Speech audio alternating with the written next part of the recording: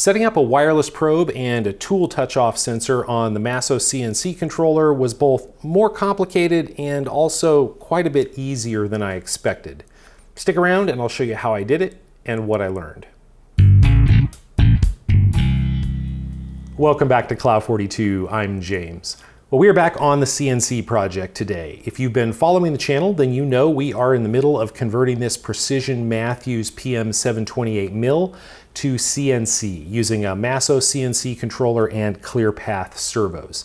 The mill was provided by Precision Matthews for this project, and there is a discount code down in the video description, but that's not what we're focused on today. Today we're focused on the wireless probe and the Toolsetter, and these are not sponsored. I paid cash for these, or a better way to put it is you paid cash for these. The patrons who support the channel over on Patreon make it possible for me to do stuff like this, and that is something that I deeply appreciate. Thank you. The probe I'm using for this project is the Drewtronics S5100. Now, Drewtronics sells a wireless version of this probe and a wired version. The only difference being that the wired version has a cable that has to be connected to the probe when you place it in the spindle, and the wireless version has infrared transmitters on the probe itself and an infrared receiver that mounts on the machine somewhere within line of sight of the probe. And it's actually a pretty strong infrared signal, so it doesn't have to be directly in the line of sight as long as it can receive the infrared light that's being transmitted from the probe. Now, this wireless probe setup from Drewtronics costs about $850 at the time I'm making it this video.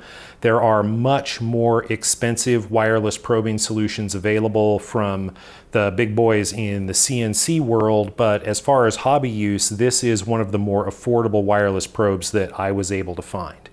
So the way the probe system works is this is a 3D probe, much like a Heimer, where you have a ruby tipped stylus here, and this can be triggered by pressing it sideways in any direction or pressing it directly up into the body of the probe. There's some set screws around the outside so you can zero this in so it's exactly concentric with the spindle. It works just like a 4-jaw chuck with some little set screws. You throw an indicator on it. I've already done that. And then you just have to mount the receiver someplace where it can receive the signal from the probe. Now, the receiver does require 5-volt power, and that is a little bit different from all of the other stuff on this machine, which uses 24-volt power. So I did have to provide a 5-volt power supply specifically for this receiver, but that wasn't too complicated. And then the output is just a set of normally closed contacts. So if I actually block the wireless signal so that it can't get to the receiver at all, you can see that the receiver goes into an error state. That's what these extra lights are. The blue is the probe signal, and the red is the error signal. So when I actually pull this, you can see that the probe is being triggered. That's being received down here, but if it can't receive this at all, it goes into an error state and the contacts open. So this is normally closed. So if you don't have the probe on or you don't have it installed and you try to probe something, the probe will appear to be triggered 100% of the time, and the MASSO CNC controller will panic. And this just stays powered on for some period of time, a couple minutes, and then it turns off and you just touch the probe. And so it's pretty common to put this in, go to probe something, the machine stops with an error. You just have to turn on the probe and then hit the go button on the MASSO, and it will continue with the probing cycle. Now, there is a small amount of delay between when the probe gets triggered and when that signal gets received and when the contacts close for the controller. I tried to capture with a high-speed camera, and at 1,000 frames per second, I couldn't see any issue with it at all. I couldn't see any of the delay, so it's less than a millisecond, but it is going to be there. The good news is that if you're probing at a constant rate, then that time is going to result in a constant offset, and that is easy to compensate for in the software. So turns out that really doesn't matter as long as you're probing at a constant speed. The machine does also need to know the diameter of the stylus tip so that when you come at something from the side and touch, it knows exactly where the center line is with relation to the edge of the part, and that's all configurable in the MASSO. It's a little bit more complicated than that, but we'll touch on that in a minute. The tool setter I'm using is also from Drewtronics. This is the TS1000, and since it's not wireless and actually has a wire, it's quite a bit less expensive. I believe this is $395 at the moment. So the tool setter has the same kind of sensor that you have in the end of the probe with just this little three-dimensional probing geometry here, but instead of having a probe on it for probing a part, it's set up with a pad that's intended for touching off tools. So the idea is that the mill has the tool. Every time you change a tool, it brings it over, brings it down, and touches the sensor in order to measure how long the tool is. So then as you switch tools that are at different lengths in a holder, like this TTS tool holder, or even if you just put a tool directly in the spindle, after the tool change, it'll come over and touch this, and it can tell how long the tool is. Now you can see that the mechanism on the end here, there's a couple of little brass rods. There's one that comes out and one that goes up, and there's a couple of little screw joints here and here. And when you set this up, you have to get the pad on this level with the machine table surface. Because if it's at an angle, then depending on exactly how the tool hits it or how the flutes are oriented, it's going to measure a different tool length. And it is pretty fiddly to set this up because this is on springs and it will move in every direction. Getting these screws loose enough that you can actually move it and then tighten it down without pushing it out of alignment is difficult.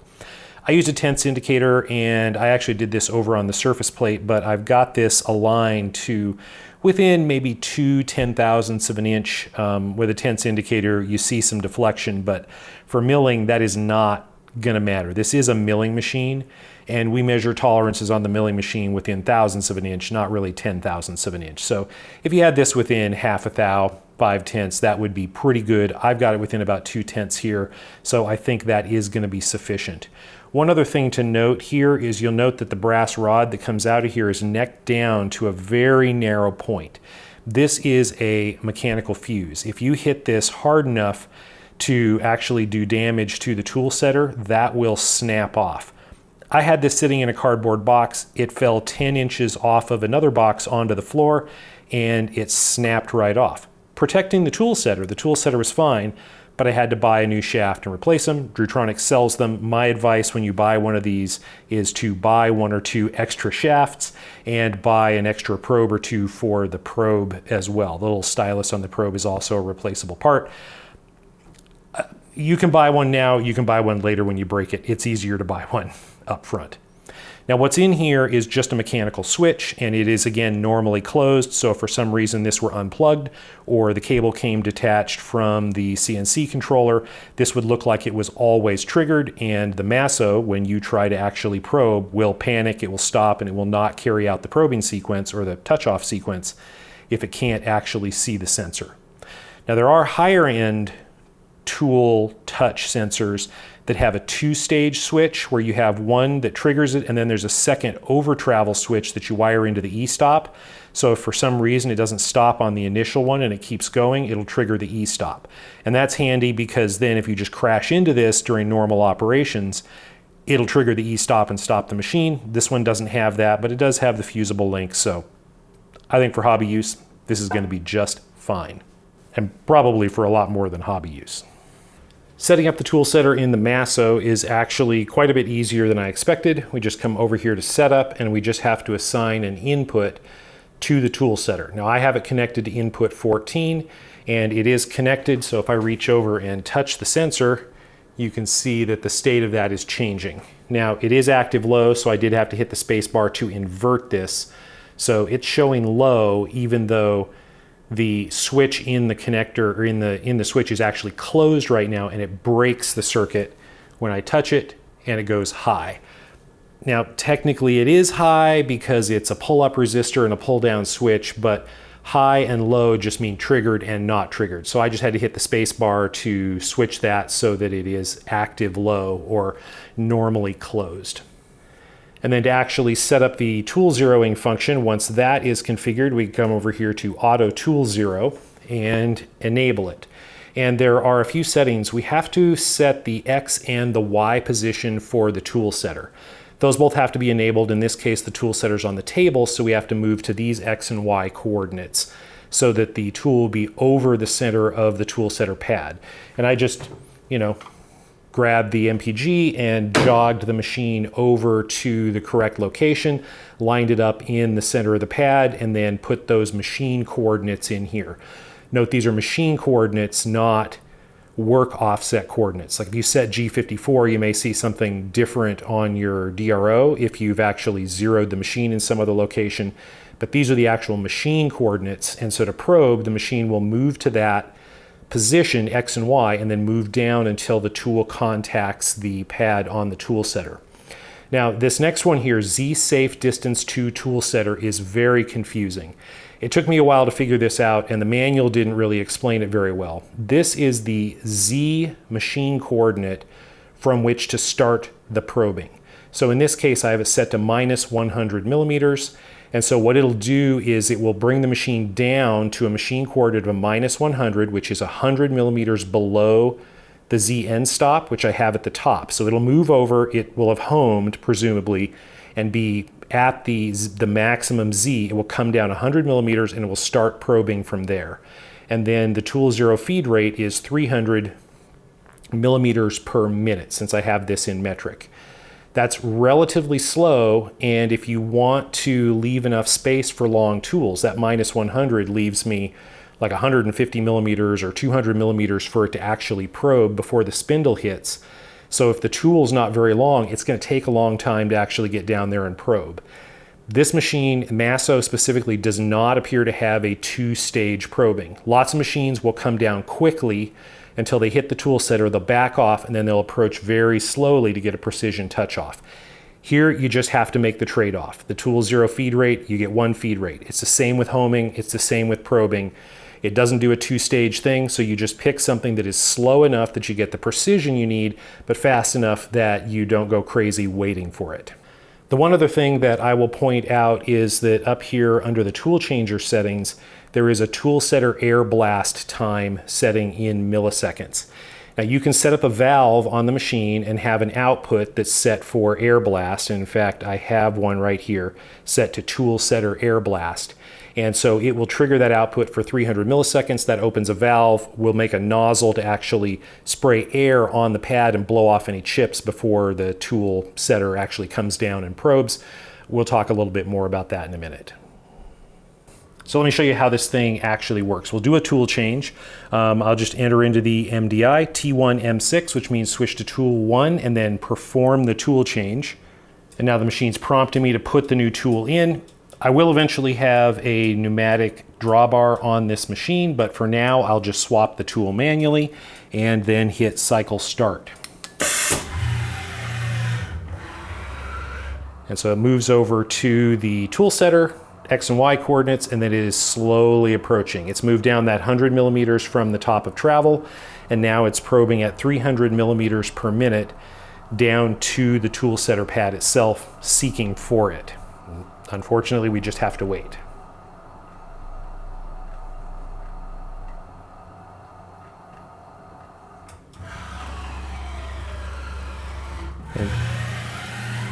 And there it is. Now the machine knows the length of the tool that is in the spindle.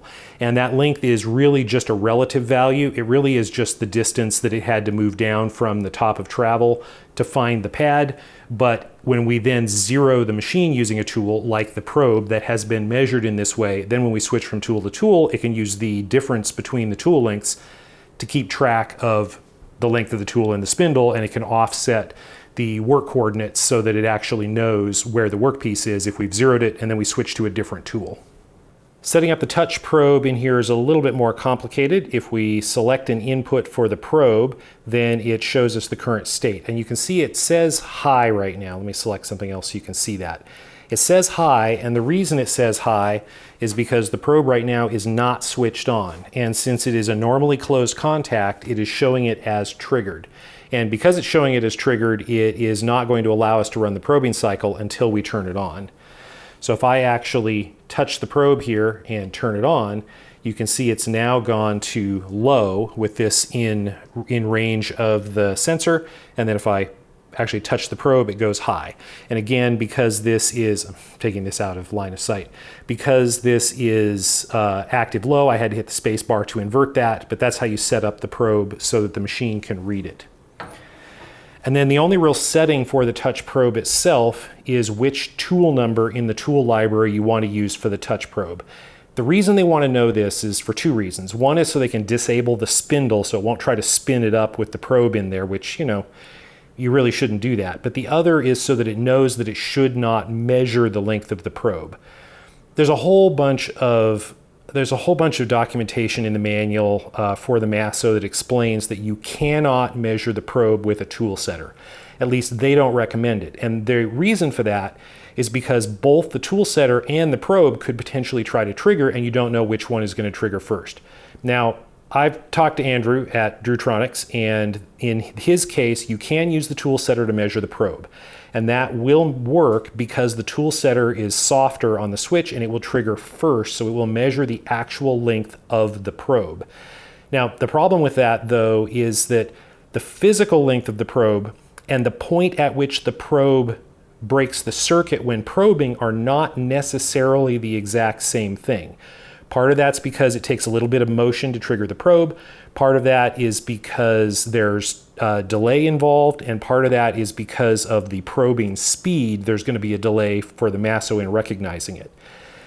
So technically they are right. You really shouldn't do it that way, but those offsets are always the same, and you can just put in an offset into the software and configure it, and then you can measure the probe and everything gets easier, except you still run the risk of it potentially spinning up the probe in the spindle. All of the rest of the configuration is actually over here on the jog and probing screen. If we go to the probing screen, you can see that there are a few things here. One is the probing feed rate. That's the rate at which the probing occurs. I have that set to 100 millimeters per minute because we're generally going to have the probe very close to the workpiece before we start the probing cycle, so we can go slower. It makes it more precise.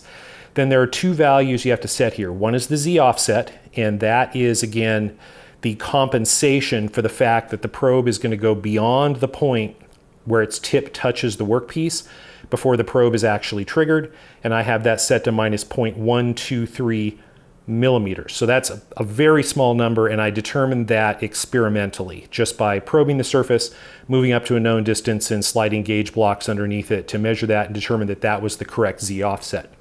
And as long as I always measure the probe on the tool setter, and as long as I keep the same probing feed rate, that number will be correct. The other number that's in here is the probe diameter, and you can see I have that set to 2.85696 millimeters. The actual tip of the probe is about, 3.19 millimeters. It's 1/8 of an inch. This is actually less than that, but again, we're compensating for the probing feed rate and the distance that the stylus gets deflected before it triggers. Now, I think the distance to deflection is actually quite a bit smaller than the over travel that occurs because of the probing feed rate and the time it takes for the software to register. And again, I just determined that empirically. And I did that by setting up a couple of blocks, offset in the vise, and probing from each direction. So I probe in the Y positive direction, and then look at the machine coordinate probe in the Y negative direction, look at the machine coordinate that got set in the G54 offset, and if they're not the same, I change the probe diameter to move that closer and zero in on that. Now you do have to make sure that you have all the backlash out of the machine first, because the backlash will affect that since you're measuring from two different directions. But I zeroed the backlash in the machine first. There's backlash compensation, and so this is the number that I came up with to get accurate probing from the side. And then down here is the actual probing cycles. There's a probing cycle to go directly down from the top, and then you can probe on any of the sides on the outside, or you can actually probe two corners around the outside. And then there's also over here a probing cycle that will find the center of a hole. Notably missing here is there is no probing cycle to measure the two outside surfaces of a workpiece to find the center. The MASSO just doesn't have that. I don't know why it doesn't have that, but it doesn't have that. Oh, and by the way, in order to switch between, this is outside probing. If you wanted to probe inside surfaces, there's a button up here. Click that to switch inside, outside, and then save settings. And now it switches to probe the inside surfaces with side probing. That is totally not obvious that you have to hit this, and then you have to hit Save Settings to actually switch it. And these numbers is where you put in the distance you want it to move to go around the corner for corner probing. So let's actually give this thing a try. Let me switch to the probe.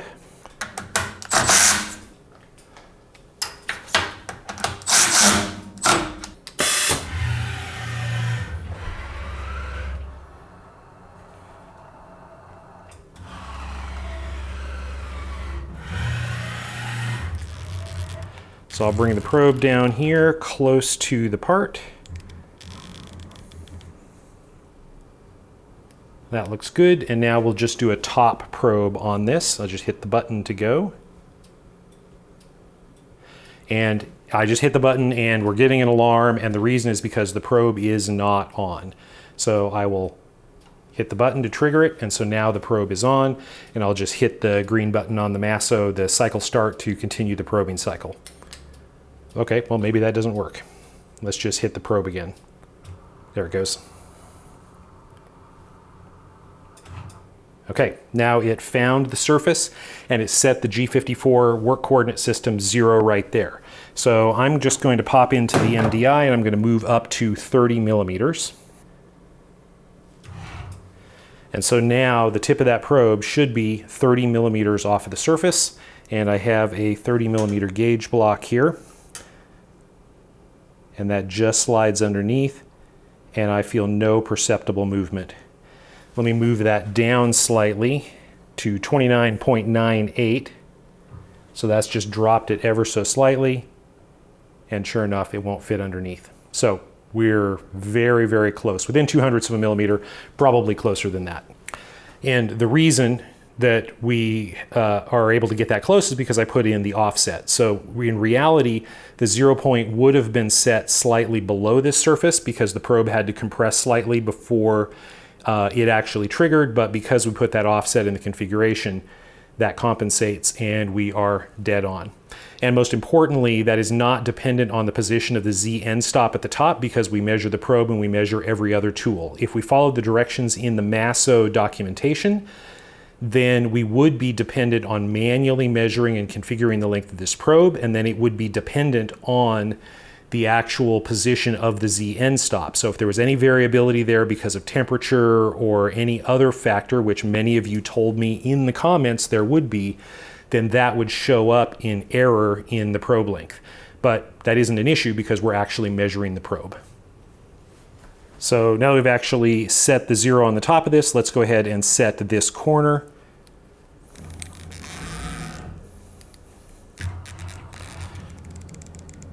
And we'll just get close there, and I've told it to go 10 millimeters around that corner from each side. So now I should be able to just hit the corner cycle and it should probe both sides of that. And just as I did it, the probe timed out and shut off. Let's try that again.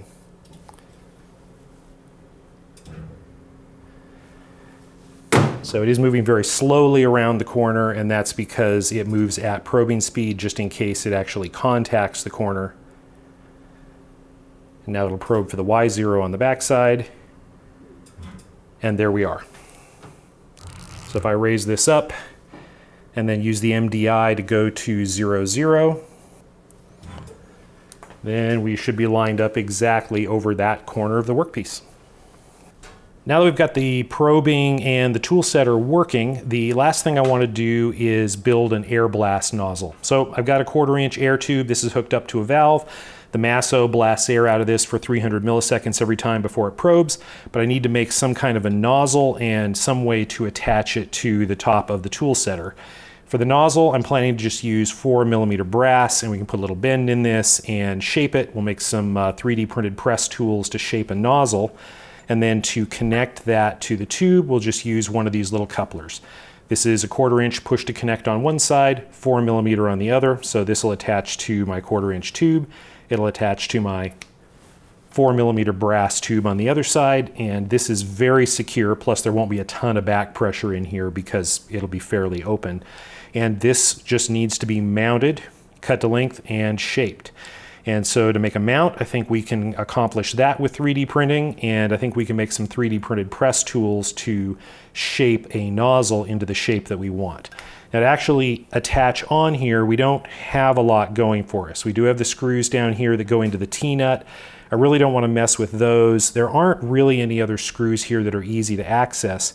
We do have these little slots here on the side, so I was thinking we could just make something that slots in there and clips over the front that captures this on the top, and then we just fit the nozzle in the end of that, and we should be good to go.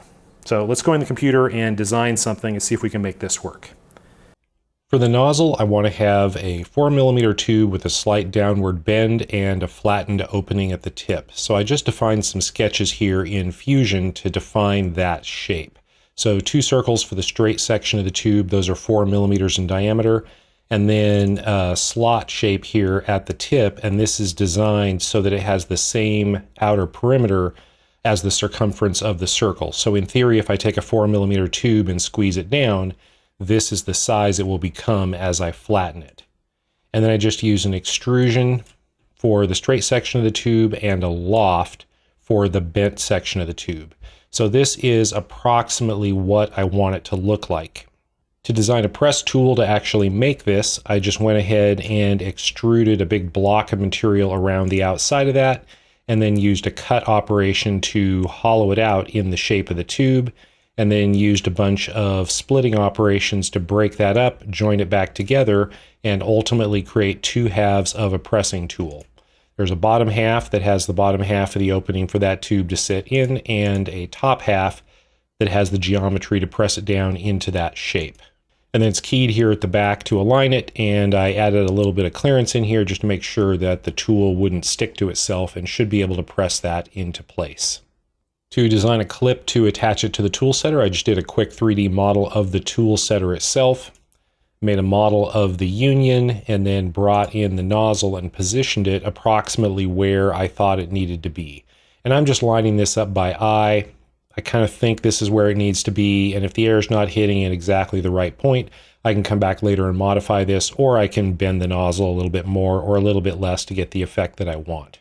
And then to attach this, I just did basically the same process that I did to make the press tool for the tube, and I made a 2-part support and a cap. So there's a support that fits underneath this and is form-fitted to the bottom of that union, and then a cap that goes over the top and clips onto the tool setter. And I've just got arms that come up, clip around the front, and I've got little tabs that tab into those slots in the back, and that should just snap on and hold everything in the correct position. Just cut off a piece of this tubing the right length.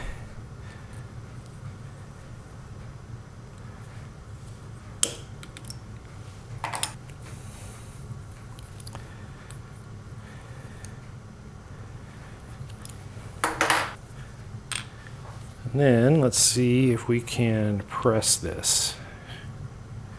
These tools are printed in PPA carbon fiber. This is a Bamboo Lab material printed on the Bamboo Lab H2D.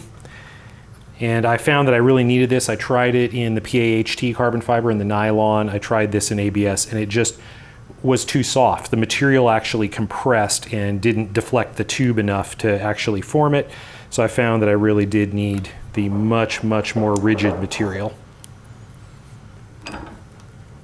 My tripod is exactly in my way here. Okay.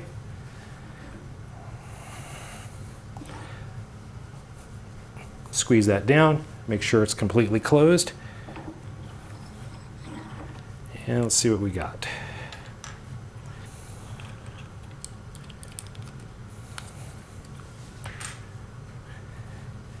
And there we are. We've got a little bend, and we've got a little flat nozzle. And if the bend's not quite enough, it's really easy to just throw this in the vise. Make sure you hit your tripod every time. Give a little squeeze, give a little tweak, and you can adjust that down and get the nozzle size exactly how you want it. And that's a little too flat.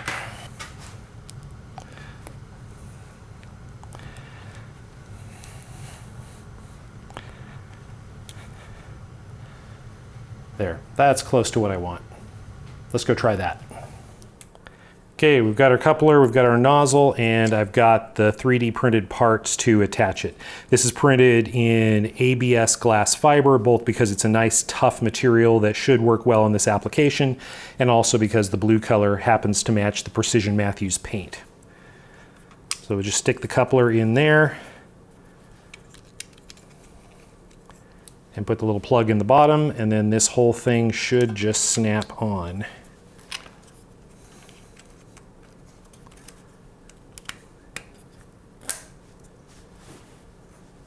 And there it is.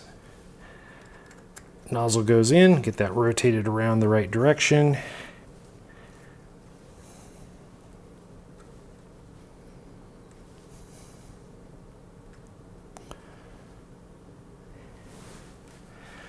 And attach the airline. And we should be ready to test. Let me get some chips. Okay, I went around the shop and I found some chips. Some of these are from my other milling machine. Some of them are from a job I actually did on this milling machine. I've got a variety of sizes here and I've just sprinkled them onto the pad. So let me execute a tool change that will cause it to run the air blast, and let's see if it works.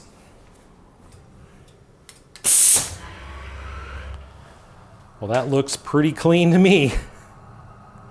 And now we can probe with no chips in the way. I am declaring that a success. I spent more time reading documentation and trying to get my head around this than I would like to admit. But in the end, it's pretty simple. Once I understood what needed to be done and how the system worked, it was really straightforward, like pretty much everything else with MASSO. If you just do it the way MASSO wants you to do it, everything goes smoothly. Now, I have actually used this machine already to make some parts, but they are for a future project that I can't show you yet. Be sure you're subscribed to the channel so that you don't miss that. If you enjoyed this video or found it useful, give it a thumbs up and leave me a comment. I'd like to know what you think. And once again, I would especially like to thank my patrons over on Patreon who help support the channel. You make it possible for me to do this. Thank you for watching.